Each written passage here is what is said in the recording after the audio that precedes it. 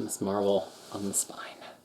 Now, Carol Danvers had already appeared. Her first appearance wasn't in the first issue of her comic book. She was a supporting character and I guess like kind of love interest in Captain Marvel, which at that point was the Kree Marvel who was on Earth, originally kind of meant to infiltrate our society, but then turns into a hero and then fights Thanos, etc., etc., etc. And so it was quite surprising that she got spun into her own title. She did not gain powers that we saw on panel there. They kind of explain it in retrospect here, and as we begin, she's kind of blacking out. Like, she doesn't even really fully understand that she's out there being a hero, and then she kind of comes to in her day job and is like, whoa, Miss Marvel seems pretty groovy.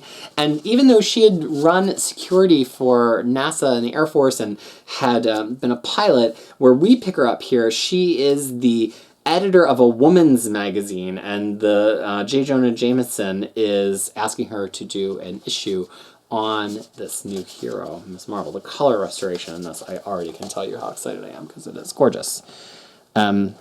Because, of course, it's already been through Marvel Masterworks, which is the primary way that old comics usually get really nice color restoration at Marvel. It's actually kind of a point of contention at DC right now because they had been pumping out these Golden and Silver Age omnibuses, that a bunch of which have got canceled. And of course, comic fans get really offended when things that they wanted got canceled. But they made the point, which is salient, that they were trying to push out so much content into Omnibus, it takes time to restore this stuff, and it's a really expensive process. So it's like you could have the omnibuses slower and twice as much, or you could get them in things like paperback and masterwork type things first, which offsets the production cost of the omnibus. Now, Marvel actually is going in the other direction. It's funny how different their collected editions are, because Marvel's actually releasing a number of Golden Age omnibuses this summer and at the end of this year that have never been released before in any other format, in some cases, including a Submariner Namor omnibus. And the price is actually really, really high, like higher even than brand new X-Men hardcovers, because Marvel's basically saying, you've got to eat the cost for us doing this restoration. One cool thing that the omnibus has for it is that it has original letters pages and editorials and things. So what's interesting is that they have this cool concept for this character, and she's got a really cool past. Wow, I just have to show you this cover. Just look at the coloring detail in her hair. It almost looks modern, because look at how it's almost like a gradient from like orange to blonde. This is really amazing. I would have thought this was a modern recolor. That is really astounding color work. This female fights back, the cover proclaims. Colorist Jan Cohen. So they're actually women working on the comic books. There were a lot of women colorists at Marvel at the time. So anyway, they have this cool female hero, but they don't quite know what to do with her, and she changes hands through a couple of different writers. So Jerry Conway writes issues 1 through 3, I think with a consult from his wife, if I'm not mistaken. Then after that, Chris Claremont takes over for the remainder of the run. So this is a secret Chris Claremont book. I bet you weren't aware of that, or maybe you were. And the thing is, the run, so the run continues, and Mystique actually gets introduced in this run, not in Uncanny X-Men, as I maybe misstated earlier. Lady Deathbird gets, I opened right to it, introduced in this run. We later learn that she is Lilandra's sister. So Claremont's having a grand old time on this.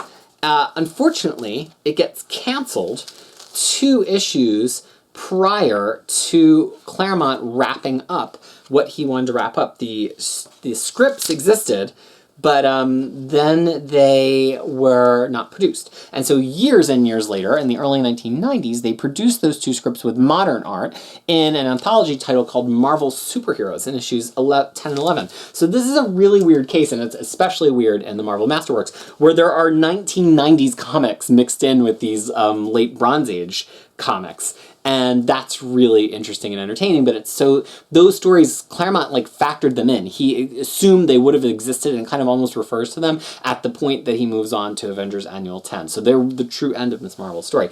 But there's some interesting things about this omnibus, such as there are essays, and this is going to be impossible for you to see, but there are essays in the middle of the omnibus, and this one is called Something to Prove by Kelly Sue DeConnick. So they have Kelly Sue talking about the character from a 2016 perspective. Why do they have that in the middle of the omnibus? Well, it has to do with a little issue called Avengers 200. But before I get there, I just want to show you the debut of Miss Marvel's new costume. Gosh, the artwork in this is really strong.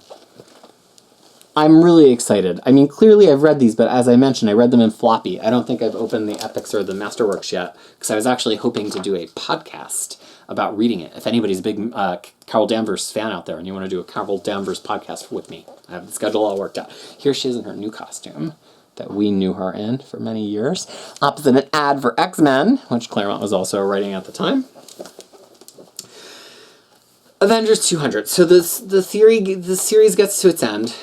Carol was an active Avenger, and there's this plot in Avengers not written by Chris Claremont and prior to Avengers Annual 10, where this villain basically impregnates Carol through mystical means, is born by Carol, grows to adulthood, and was like, actually, you're a pretty fine lady, why don't you run away with me, and takes Carol away to his other dimension. And yeah. And weirdly, the Avengers don't find this to be super problematic at all.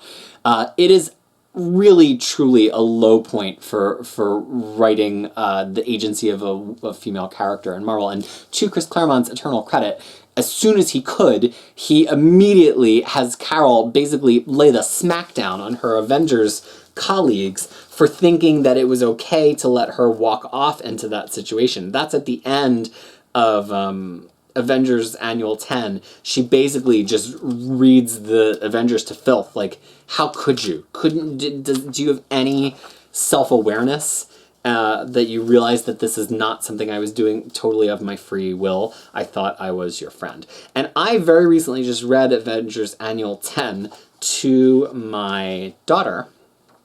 Not all that other stuff, too. And it holds up. The art, I believe, is Michael Golden. And I mean, look at these pages.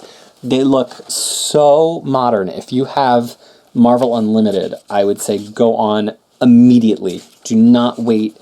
Do not pass go. Do not collect $200.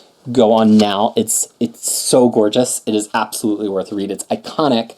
And here she is. She throws her tumbler of drinks to the ground, and she just totally recaps all of the things that happened to her and says to the Avengers, effectively, how could you? And the Avengers kind of don't know what to say, and off she goes. And then eventually come back in Chris Claremont's X-Men run in the 150s and 160s to live at the mansion and become binary and join the Starjammers and all of that. So it's an iconic series. The artwork is incredible. And honestly, it has some real feminist connotations. Now look, y'all have opinions on the word feminist or not, I don't know. I am one, so if you don't like it, tough. But feminist, you have to think about waves of feminism. Like, feminism has not always been the same thing. It started out, being about very specific rights that women lacked, like women's suffrage, the right to vote. New Zealand, where I live now, was the first country to officially give the right of voting to all women in the country, as it happens. But it changed. And in the 70s, it was about something very different than it was prior, and it was about something very different than what we talk about today with feminism. And one of the feminist kind of markers at the time that we would maybe call somebody, a social justice warrior, perhaps, in common current day terms, is the Ms. MS, period. It's different than Miss. It's Ms.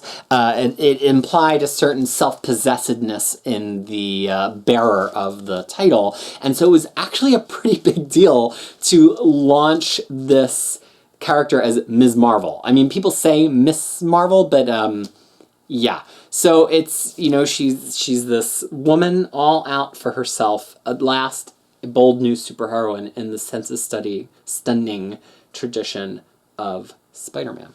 So I really love this material. It's again, it's 22 issues of Chris Claremont that you've never read, kind of blazing a trail for a female hero. He also did write Spider-Woman a little while, but not She-Hulk, to the best of my knowledge. And those are both hitting Marvel Masterworks as well. Of the three, this I think is the strongest because I think he just got to play with more thematic elements, and as we saw, the art was fantastic. So I'm so excited. I now have this in 4 formats. I eventually sold the floppies right before we moved so they could go to a good home because I had a feeling we'd be seeing an Omnibus when the movie came out, and I was right. So now I just have it in 4 formats instead of 5, and I'm so incredibly excited that it can join my collection today. So, without any further ado, the official shelving, I think we're just going to put it face out right here with its compatriots, the X-Men, of the Miss Marvel Omnibus.